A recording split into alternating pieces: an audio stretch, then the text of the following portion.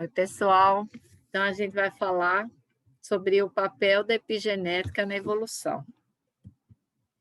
Então, quando a gente pensa na complexidade dos genomas eucariotos, né, a gente viu isso numa aula específica, mas o genoma humano, que não é um dos maiores, né, ele, quando está o seu DNA no tamanho distendido, ele tem 1 metro por genoma haploide, né? Então, se considerar o genoma diploide, ele distendido é maior do que a maioria de nós, e cerca de 3,5 bilhões de bases que compreendem uma quantidade de informação genética muito grande. Né? Mas como é que, pensando nisso, a gente leva em consideração que todas as nossas células têm o mesmo genoma, mas cada célula, por exemplo, se você pegar um tecido como o músculo cardíaco e o cérebro, cada tecido desse ele expressa genes diferentes. Então, o que é que está por trás dessa expressão diferente? Então, aqui está mostrando, né? No início, o oócito, né? Ele é fecundado por um esperma e começa, né? A se dividir, aqui a mórula, e nesse ponto as células ainda não são diferenciadas, é o que a gente chama de células totipotentes, né? Porque ela ainda não assumiu um papel. Essas células também podem ser chamadas de células tronco, né? Células que ainda não assumiram um papel de diferenciação. Aqui mostrando já o feto humano, aonde vai chegar um momento em que uma determinada célula ela vai precisar escolher o que a gente chama de destino celular, ou seja, ela vai começar um processo de diferenciação. Aqui tem alguns exemplos, por exemplo, sistema circulatório, sistema nervoso, sistema imune. Mas o que é que desencadeia esse sistema? O que é que está por trás disso? Isso pode a gente pensar do ponto de vista desse exemplo de humano, mas isso pode ser também numa planta, né? Pode ser num fungo, pode ser em qualquer organismo. Então, nós temos aqui, né, as células não diferenciadas, né, as células troncos, células diferenciadas, mas tem outros processos também. Por exemplo, o câncer. O câncer ele é uma doença essencialmente epigenética, né? Ele pode envolver mudanças no DNA, mas o que se descobriu recentemente é que grande parte dos nossos cânceres não são decorrentes de mutação do DNA, mas de fenômenos epigenéticos. E uma outra questão é a senescência. Então, a senescência ela envolve um processo em que as nossas células elas já são programadas para, numa determinada fase da nossa vida, elas começarem um processo de indução de senescência, inclusive de um suicídio de alguns tipos de células, né, que seria a apoptose. Então, quando se começou a analisar os processos, uma das coisas que se observou é o que está mostrando aqui nessa figura, que é um livro bem antigo, eu peguei de propósito, porque naquele tempo não se sabia o que estava por trás desse processo. Então, o que aconteceu aqui? É um fenômeno chamado de dissomia uniparental. Então, nós temos aqui no meio um rato, essas espécies são de ratos novérgicos, não é camundongo, um rato normal. Ele recebeu todos os cromossomos dele, veio um cromossomo do pai e o outro da mãe, e ele tem o cariótipo normal. Esses outros 2 ratos, aqui o da esquerda e o da direita, eles também têm cariótipo normal. Não tem nenhum cromossomo a mais, nenhum cromossomo a menos quando você monta o cariótipo desse rato. Só que esse rato aqui, ele recebeu 2 cromossomos 11 da mãe e nenhum do pai. Enquanto esse aqui recebeu 2 cromossomos 11 do pai e nenhum da mãe. Por isso a gente chama isso de dissomia uniparental.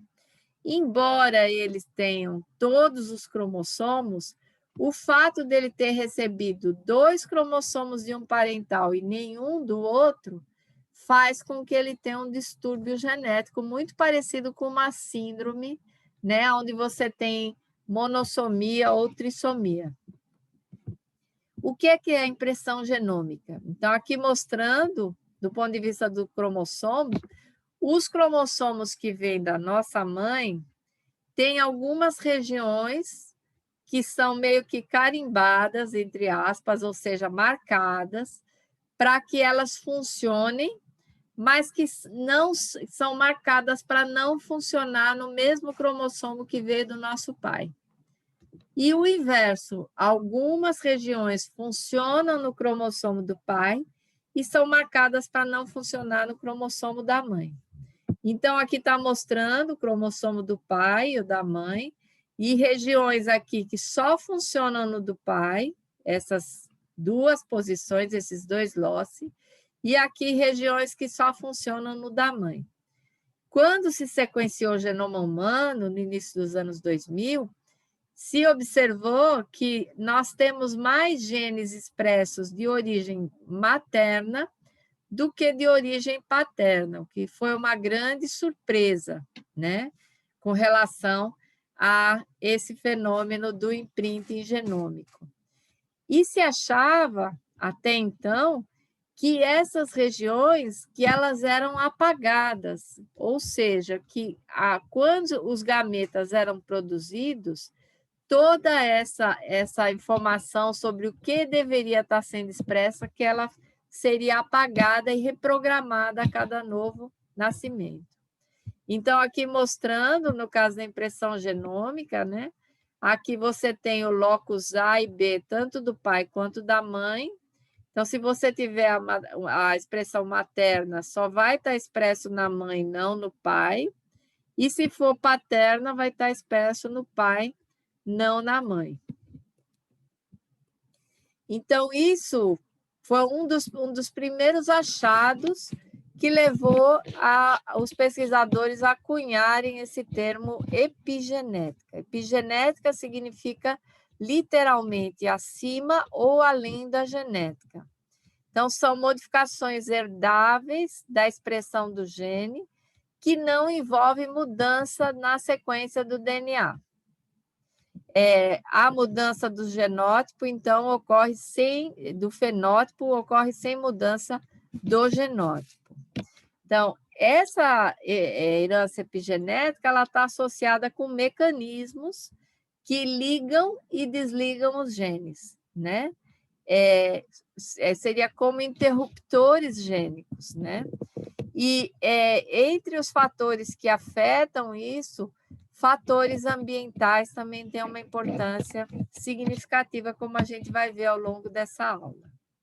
Então, a epigenética ela ajuda a entender como, onde, quando e por que os genes são ligados, ativados ou desligados, né? Silenciados. Além dos impactos evolutivos que esse mecanismo tem uma importância muito grande, né, na biotecnologia, na nossa intenção de controlar os processos. Então, permite que você, usando o conhecimento desses processos, você silencie ou nocauteie, é o termo que se usa, um gene. Tem também o termo knockdown, que é um silenciamento parcial, superexpressão de um gene, etc. Os principais mecanismos epigenéticos, né, eles envolvem modificações nas caudas N-terminais das histonas, metilação do DNA e pequenos RNAs não codificantes, chamados de microRNAs ou RNAs interferentes. No caso do RNA, ele vai atuar em cima dos transcritos, e não diretamente na modulação da expressão do gene. Eu vou explicar um pouco, bem superficialmente, a gente vai ver isso, porque eu costumo levar, tipo, umas 4 horas para explicar esses processos nas aulas. Então, a gente vai ver, o importante é você entender que o processo existe, e mesmo sem saber as suas nuances. Então, aqui nós estamos mostrando uma das situações em que nós temos aqui as histonas, os octâmeros de histonas, né? O DNA dá 1,7 voltas, mais ou menos, em cada octâmero desse, e ficam expostas essas caudas N-terminais, né? Então, essas caudas N-terminais, quando elas se associam, por exemplo, com esse grupo acetil, o DNA fica mais frouxo. E aí ele fica acessível para a maquinaria de transcrição. Então, essa condição acetilada, né, ela mostra que o DNA está ali esperando, está pronto para ser expresso, né, para gerar transcritos. Pelo contrário, quando essas caudas elas são metiladas, o processo ocorre o contrário. As histonas elas são enroladas e geram como blocos, né, de histonas acumuladas que não permitem o acesso da maquinaria para aquela região do DNA, então ela não fica sem expressão, né? Então, esse método, né, ele trabalha em cima da acessibilidade ao DNA. A metilação do DNA, ela é um processo um pouco diferente, porque ao invés de ocorrer modificação na cauda da histona, que é uma proteína que está associada com o DNA, ocorre uma modificação direta do DNA. Então, como é isso, né? O nosso DNA, nas regiões mais próximo da região 5', ou seja, antes que o gene comece, tem umas regiões chamadas de ilhas CPG, que elas estão ilustradas aqui, né? Então, essas ilhas CPG são regiões ricas em base guanina e citosina. As citosinas, por exemplo, elas podem ser associadas com o grupo metil. Então, aqui está mostrando uma citosina não metilada e aqui uma 5-metilcitosina. Vejam que houve uma associação desse grupo metil aqui nessa citosina. Quando essas citosinas estão assim, metiladas, o gene que vem logo em seguida, ele vai ser silenciado. E quando elas estão livres, o gene vai se expressar. Então, esse é o outro mecanismo, e é aquele que eu falei lá no começo, que está envolvendo aquela questão do imprinting genômico, né? Impressão genômica. É bem legal essa questão da metilação direta do DNA. Por quê? Porque você pode, por exemplo, sequenciar só a região metilada do genoma de uma espécie. Isso é chamado de metiloma. Ou você pode fazer o contrário, você pode isolar as regiões metiladas e sequenciar todo o restante, que é chamado de sequenciamento do espaço gênico. E o outro, né, aquele RNA microRNA ou RNA interferente, nesse caso aí é bem interessante, porque até pouco tempo se achava que esses RNAs curtos, que eles não tinham nenhuma função. Só que se descobriu que esses RNAs, vários deles, uma boa quantidade, eles são RNAs antissenso. Quer dizer, você tem o RNA da fita, que gera o RNA mensageiro, e tem um RNA complementar, no sentido oposto, que ele vem aqui e se liga. Frequentemente, esses RNAs pequenos, interferentes, eles estão nas regiões dos introns dos genes. Então, o que ele faz? Depois que o RNA mensageiro foi produzido, ele vai lá e se liga nesse RNA mensageiro e impede que ele seja traduzido para a proteína pelo maquinário ribossomal. Então, o que acaba acontecendo é um silenciamento pós-transcricional, né? Ou seja, depois que foi feito o transcrito, você pensa, esse gene está sendo expresso, mas ele vai lá e se liga e inibe a expressão total ou parcialmente. Então, só para reforçar, né, tem o determinismo genético, aonde a alteração tem a ver com uma mutação no DNA, e tem a mudança epigenética, onde você tem o mesmo DNA, só que numa condição de regulação da expressão diferente. Então, muda o fenótipo, mas não muda o DNA.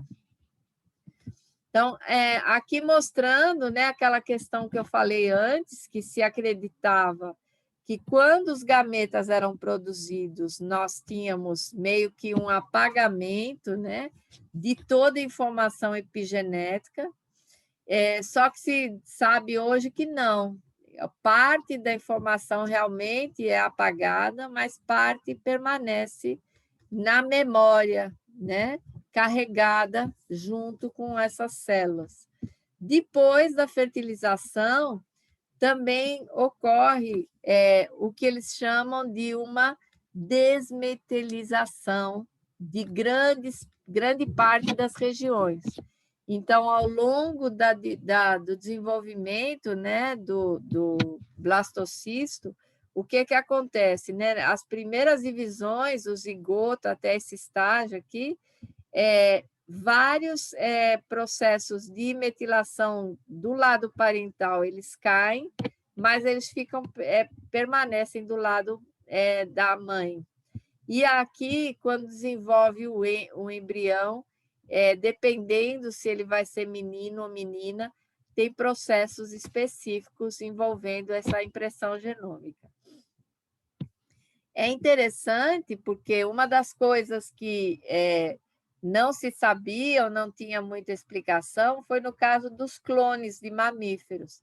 Então, aqui está mostrando uma ovelha, a Dolly, que ela foi sequenciada, né? A publicação, o anúncio foi em 1996, e o que se observou depois de alguns anos é que essa ovelha ela já nasceu velha. Ela tinha ainda jovem, ela tinha várias doenças de pessoas idosas. Por quê? Porque quando você clona, o processo de clonagem, ele não passa por esse apagamento das marcas epigenéticas. Isso é bem interessante, né? Então, quais são os principais modelos para estudo, né? No caso de humanos, gêmeos monozigóticos, ou seja, eles são gêmeos, entre aspas, idênticos, porque na prática eles não são completamente idênticos, como a gente viu, né? Tem algumas mutações, algumas alterações, mas os genomas são, digamos assim, quase idênticos. O que se observa é que gêmeos, eles nascem com o epigenoma muito parecido e ao longo da vida deles, esse epigenoma ele vai se desenvolvendo de uma forma diferente. Em plantas, é um grupo onde tem muito estudo sobre isso, né? Por quê? Porque é muito fácil você produzir milhares de clones de uma mesma planta por técnicas de cultivo in vitro. E aqui eu coloquei uma lembrança da irradiação. As plantas elas vêm sendo submetidas a experimentos com radiação desde a década de 50, e o que é que se faz? Né? Se irradia plantas e se seleciona, por exemplo, para ser resistente à seca, à salinidade, etc. E o que se observava é que nem sempre era fácil identificar a mutação. Mais tarde se descobriu que a maioria dessas plantas que tinham mudanças fenotípicas e às vezes sobreviviam a condições estressantes, na verdade, elas não eram mutantes, eram mutantes epigenéticos, quer dizer, a alteração era na modulação das genes e não na sequência de DNA. Aqui é um estudo que foi feito usando gêmeos univitelinos de humanos. E o que eles observaram? Né? Então, eles pegaram esses cromossomos, o par 1, o 3, o 12 e o 17, e pegaram aqui, está mostrando só um cromossomo de cada irmão, né? Mas no estudo eles olharam os dois cromossomos, os dois pares dos dois irmãos, tá? Mas o que é que eles observaram? Que quando a criança, os gêmeos, eles tinham 3 anos de idade, os epigenomas deles eram muito parecidos, né? Tinha muito pouca variação. Porém, quando eles tinham 50 anos de idade, os mesmos irmãos, né? Eles tinham uma variação muito grande entre os seus epigenomas, né? Essas regiões que em amarelo são regiões que são idênticas entre os dois, né? A expressão está sendo igual, bem parecida. Aonde está em vermelho, quer dizer que está hipometilado, são regiões que estão sendo mais expressas, e onde está em verde, é regiões hipermetiladas, que são regiões que estão silenciadas. Se a gente olhar aqui nesses cromossomos e olhar esses gráficos, a gente vê que tem mudanças significativas quando você compara os dois irmãos, né? Esse é um outro exemplo bem legal, com camundongos. Nesses camundongos, o que é que eles analisaram? Um gene chamado de gene AGUT, que ele tem uma região fora do gene, que se chama região LTR. LTR é de Long Terminal Repeats, ou repetições longas terminais. E essa região, ela é uma dessas ilhas CPG. Então, se essa região está metilada, o gene não se expressa. Se ela não está metilada, se ela está hipometilada, esse gene se expressa normalmente. Então, o que, que acontece? Quando essa região, esse gene está funcionando, o rato ele tem um fenótipo normal. Então, ele tem essa pelagem cinza, né? Ele é um rato que tem o sistema metabólico, ele não é gordo, etc. Quando essa região está metilada, tem um efeito poligênico, ou seja, muda a cor da pelagem, que passa a ser amarela, mas também ele tem uma grande suscetibilidade a tumores, tem infertilidade precoce, obesidade, diabetes e diminuição do tempo de vida do animal. Então, como é que eles analisaram essa questão epigenética desse gene AGUT?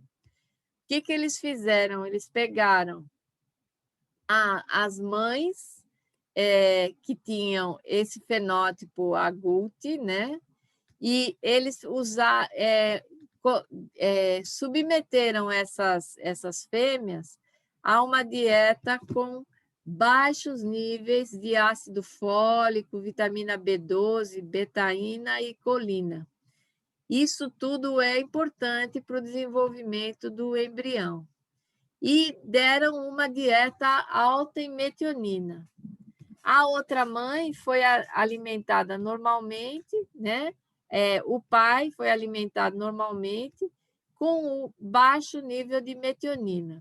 E foi feito o contrário também. Pegaram uma mãe com essa pelagem cinza e o pai com o amarelo.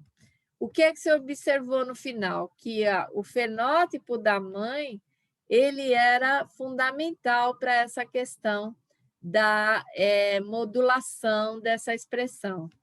E ainda que esses indivíduos obesos com esses problemas, quando eles eram cruzados, isso passava para a geração F2 e foi observado até a geração F3, mesmo sem ter essas restrições.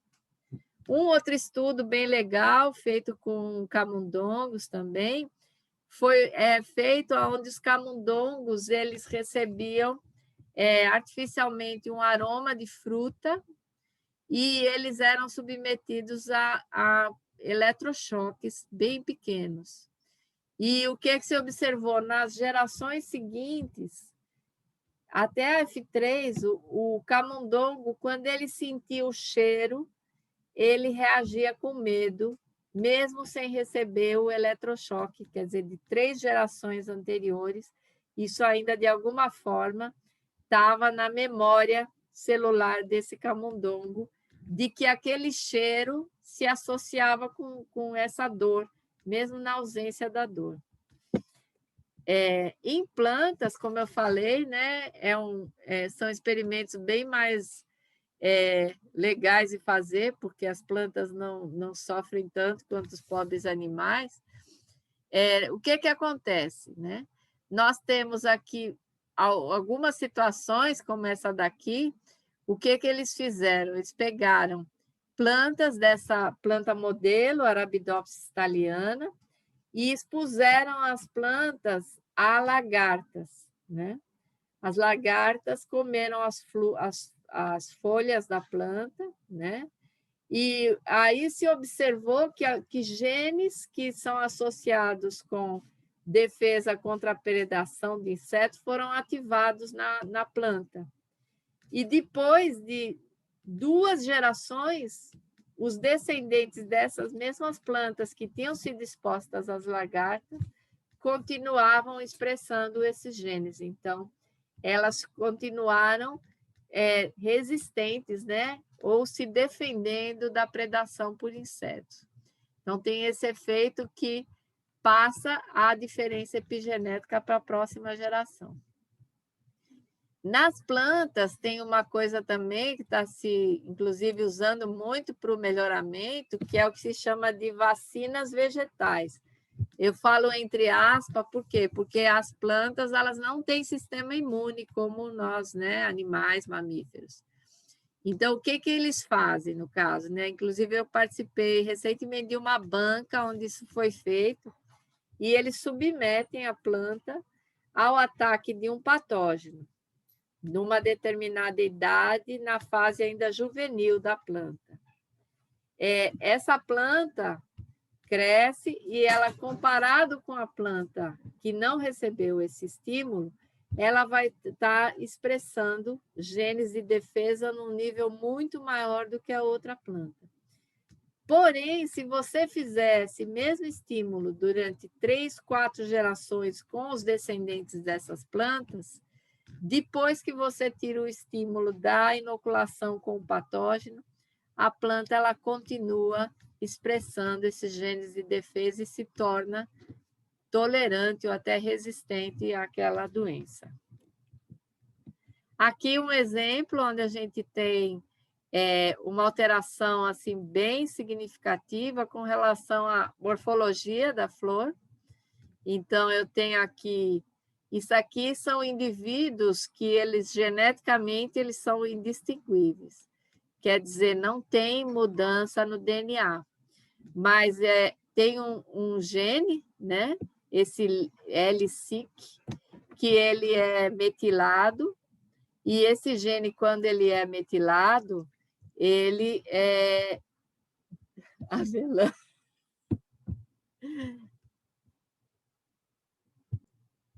Então, continuando, que meu cachorrinho entrou aqui no meio da aula.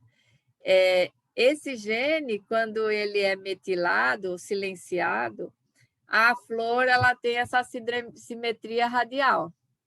Mas quando ele está sendo expresso, quer dizer, ele não está metilado, né? Ele está hipometilado, ela tem essa simetria bilateral. Isso é muito interessante, porque quem estuda botânica sabe que a simetria floral é um caráter taxonômico super importante, né? Então, como é que a gente pode explicar, né? Se a gente for pensar também do ponto de vista de um polinizador, o que é que ele vai pensar, né? Quando ele vê essa planta e essa, provavelmente os polinizadores também são diferentes. E aqui é um outro exemplo envolvendo a determinação de castas em abelhas. No caso das abelhas, se achava que a nutrição sozinha ela provocava a diferenciação da rainha, né? Hoje, o que se sabe é que a nutrição com a geleia real ela vai induzir todo um padrão de metilação específico da rainha, enquanto que a nutrição de menor valor nutricional ela vai induzir uma expressão de genes que vai levar à formação de trabalhadoras, né? De abelhas operárias.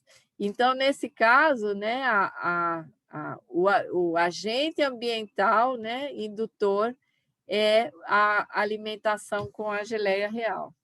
Essa questão da alimentação, ela tem sido muito usada também, muito avaliada também em outros grupos de organismos, inclusive humanos. Então, em humanos, uma das coisas que se observa é que a exposição persistente na fase pré-natal, a fome, ela leva a um efeito que perdura por várias gerações. Por exemplo, tem uma ilha lá na região da Ásia, aonde eles tiveram fases muito sérias de falta, de privação de alimentos, né? Por centenas de anos, e hoje em dia todas as pessoas da ilha elas têm tendência enorme à obesidade. Por quê? Porque ao longo do tempo aquilo foi selecionando epigeneticamente as pessoas que elas tinham um aproveitamento total da energia, que tinham um metabolismo lento.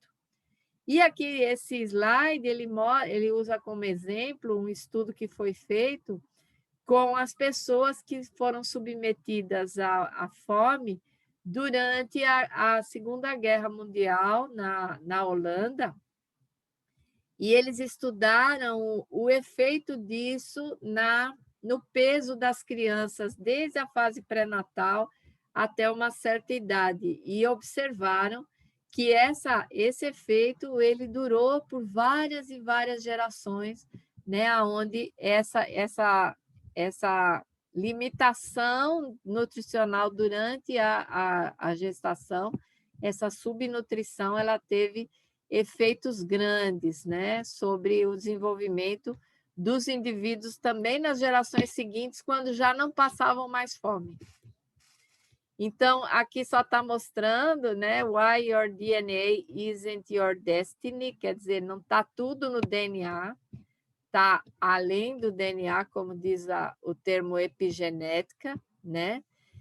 Inclusive, quando a mãe ela está gestando, ela também, no filho dela, já tem parte das células que vão estar se expressando quando esse filho ele chegar na sua fase fértil, né? Os gametas desse filho.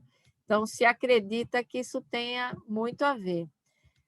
Caso especial são as drogas de abuso, né? Drogas viciantes.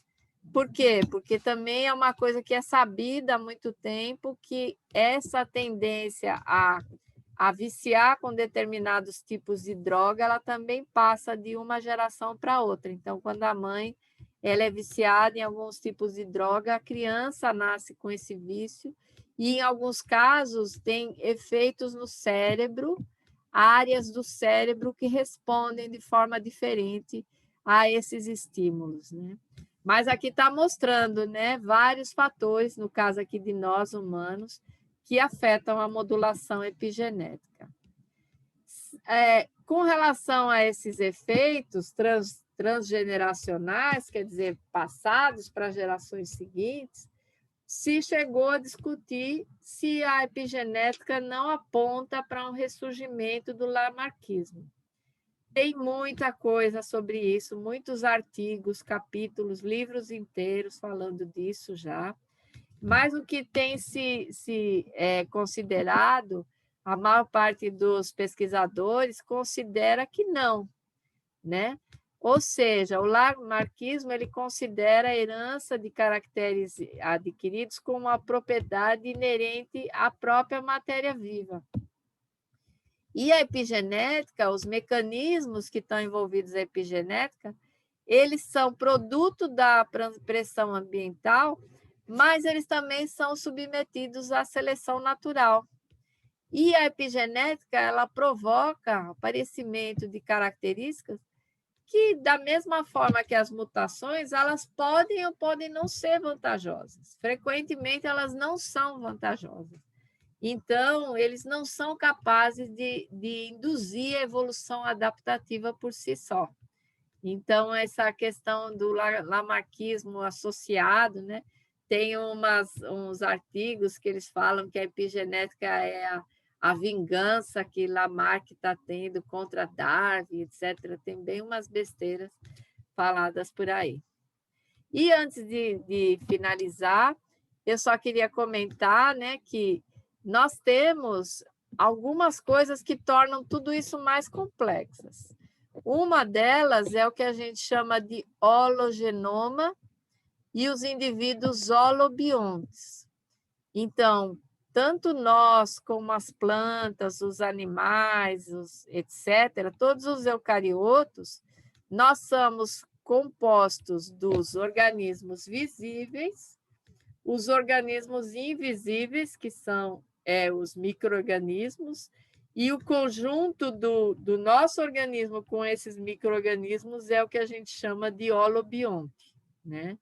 Então, no caso de humanos, por exemplo, nós temos 10 a menos 14 células, cerca de 23 mil genes, né?